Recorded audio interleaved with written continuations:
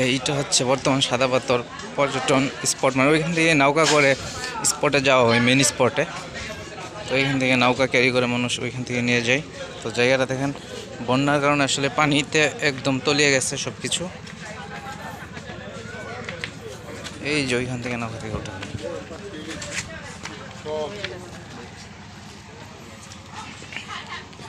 সুন্দর একটা জায়গা। তবে বন্যার কারণে, সিলেটে বন্যা পরিস্থিতির কারণে পানি দেখেন প্রচুর পানি হয়ে গেছে। আসলে এইটা ছিল অনেক নিচে, ওই যে ওইখানে একটা দেখতেছেন, ওইটা ছিল ভাসমান রেস্টুরেন্ট, ওইটা একদম পানির মধ্যে আছে এখন।